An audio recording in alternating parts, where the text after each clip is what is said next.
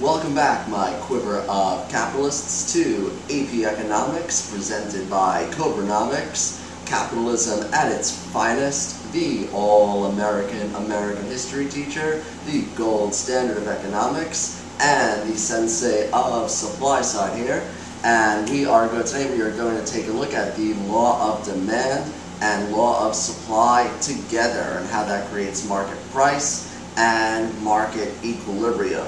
So play along at home, and let's take a look at our graph. And as we do our graph and review our laws of demand and law of supply, we're going to hit a few of these definitions along the way. Graphing, remember, is the most important aspect of AP Economics, so make sure when you graph fully, you label your axes, both your, in this case it is price and quantity, and very importantly to label our abbreviations. In this case we're going to do P for price, Q for quantity, and E for what will become equilibrium. So let's start. Let's go back to our market for pizza. Yes, I'm still doing the pizza.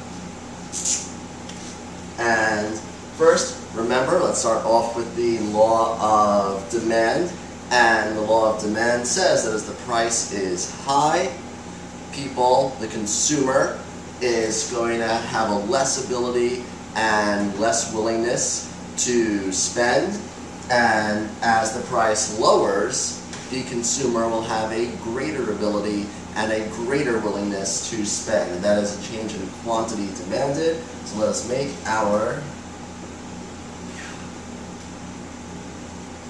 demand curve, and in our demand curve we see a high price, a low quantity demanded, and as the price comes down, a increasing quantity demanded. Remember, watch out for that optical illusion. Just because it looks like you're going down on the graph, your graphs operate always left and right, not up and down. Inversely, we have the law of supply. Remember, the law of supply is from the business perspective, and price is profit to business because that price must cover all of the input costs from the factor market.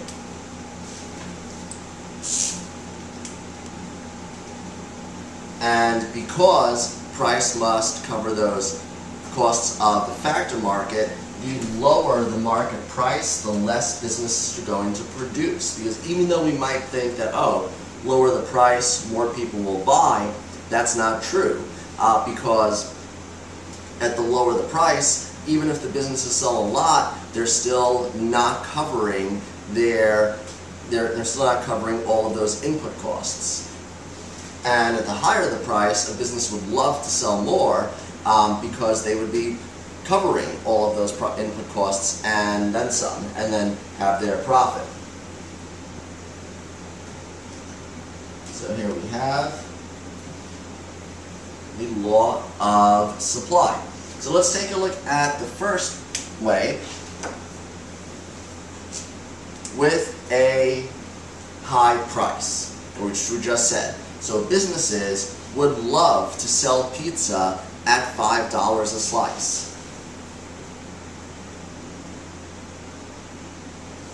So at $5 a slice, quantity supplied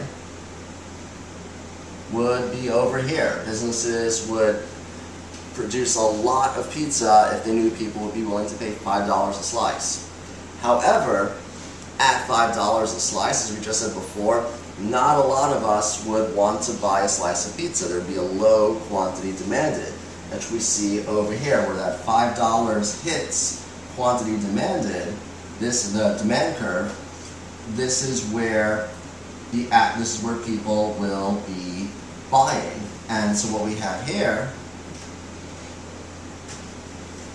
is our first definition, a surplus. And this is terrible for business. Quantity supplied is greater than quantity demanded. So the pizzeria is making pizza, it's charging $5 a slice, and those pizzas are not moving off the shelf. Those pizzas not moving off the shelf is the store losing money. and they have a surplus of pizza that is not being moved in the product market. And so they're paying for rent, they're paying for wages, they're paying for utility, they're paying for resources. They've already used those resources and they have nothing to show for it, just a surplus of pizza that is perishable, which is even worse for the business. Surpluses are how businesses lose money. So at $5 a slice, we would have our first definition, which is a surplus. Now, let's switch it to the consumer perspective. Or let's say a business lowers its price to $1 at $1. Let's see the problem with $1.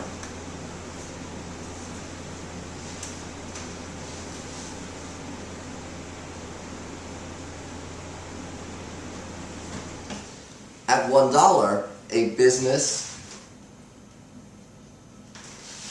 would hit, this is all the business, it would have a low quantity supplied because businesses would lose money making all of this pizza for $1. Even if they sold a whole bunch of it, it would not cover their input costs. You think about hourly wage, you think about all the things you said before, rent, insurances, utilities, resources. They're making all this pizza and they'd actually be losing money because at $1 a slice, they're burning through their resources and they're not seeing a profit. They're not even breaking even.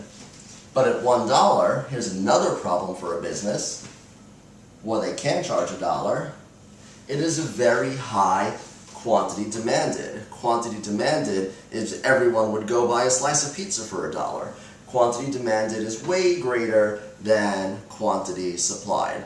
And so this would result in a shortage. There's not enough quantity supplied to meet that quantity demanded. This is also bad for a business because now the business has sold all of its products in the product market, but the consumers are demanding more and the businesses cannot meet that demand, and businesses really have not, even though they might have sold all their supplies, all of their products, they really haven't met their input costs or have barely turned a profit because that price is so low. So here we have our shortage. Both of these are bad for businesses and bad for the consumer as well because our needs are unsatisfied in the product market.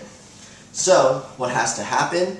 Price has to change to a price that is acceptable to both the consumer and the producer. And that's why throughout the 5 boroughs, a slice of pizza is around $2.50 to $3. Let's take a look.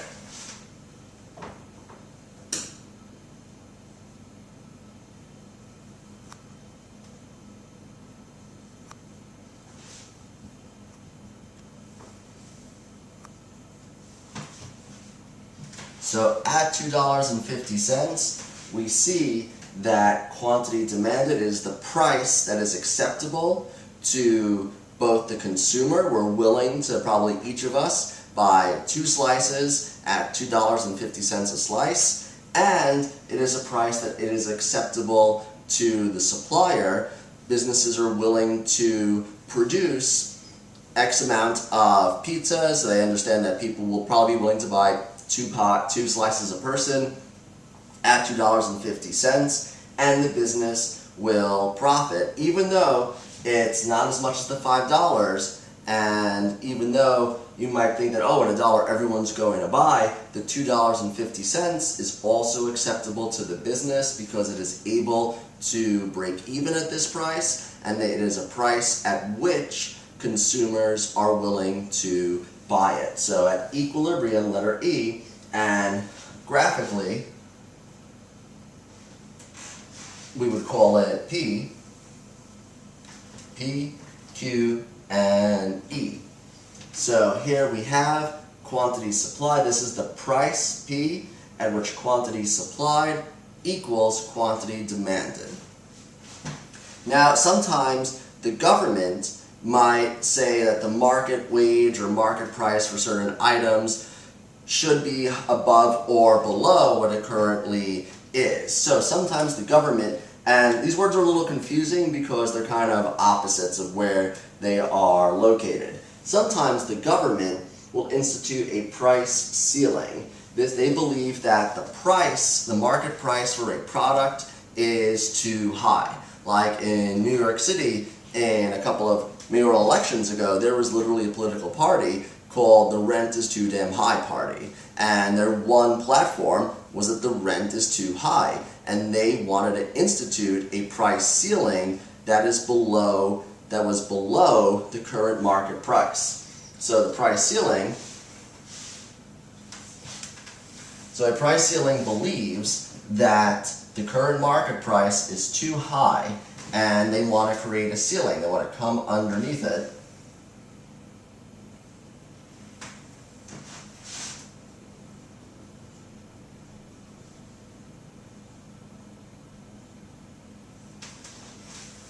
And so a ceiling, this is where it's like a little confusing, because the ceiling is actually below the market price. But it makes sense because the ceiling means they don't want the government does not want the price to go higher than a current point. So it's bringing the market price down and making sure that the market price does not come above, the new price does not come above this threshold. So like a ceiling, you cannot go above the ceiling. So it brings the market price lower, and at the hard ceiling, it cannot come above this market price. Or you can have a price floor. A price floor, the government believes that the market price is not high enough. Typically, we see this with wages, that the government says wages are too low, we need to create a wage floor, meaning this needs to be the base wage because the market price is too low. So the wage floor would be a price that is above market price and would now make a new base. So the government is raising the current price. They believe the market price is too low, and they're now raising it and creating a floor that this is the new starting price above the market price. Now, just political and economic reality, as you guys see, this kind of flies in the face of what the free market wants to do on its own. Not coming down on either side of the political debate, but we see what is this going to do. If the market says that E is the current price that's acceptable, you have the government saying, well, we don't like where E is, we don't like where equilibrium is, we're going to make a price floor. In this case, you are going to have a surplus, or we're going to create a price ceiling, in which case you are going to have a shortage. So there are definitely benefits to the government thinking this way, but there are also free market cons as negatives as well. So this is how price and equilibrium quantity are created. In part 2 of supply and demand, we are going to take a look at what happens to the economy, to the market, when there are shifts of supply or demand. That means changes regardless of price, exogenous shock, something has happened to the ability or willingness of consumers or producers, and this is going to change the market for the product. So that is part 2 of the law of supply and demand. We will see you in our next video. Remember, when it comes to your mind, your body, or your money, invest hard, invest often, and no feelings. We'll see you shortly. Money never sleeps.